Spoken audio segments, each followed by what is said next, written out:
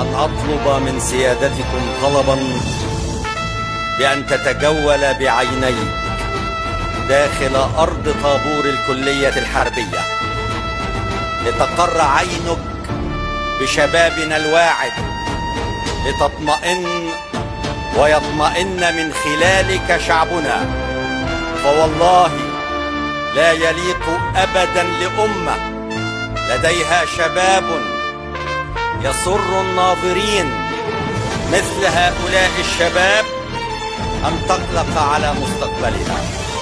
وقد اصطف الآن خريج الأكاديمية والكليات العسكرية شامخي الرؤوس موحدين الصفوف، ولسان حال كل منهم يقول: لك يا مصر وحدنا الصفوف، وبماء النيل ذهبنا الحروف. أمة تسبق الدهر وجودا، وشباب علم النخل الوقوف.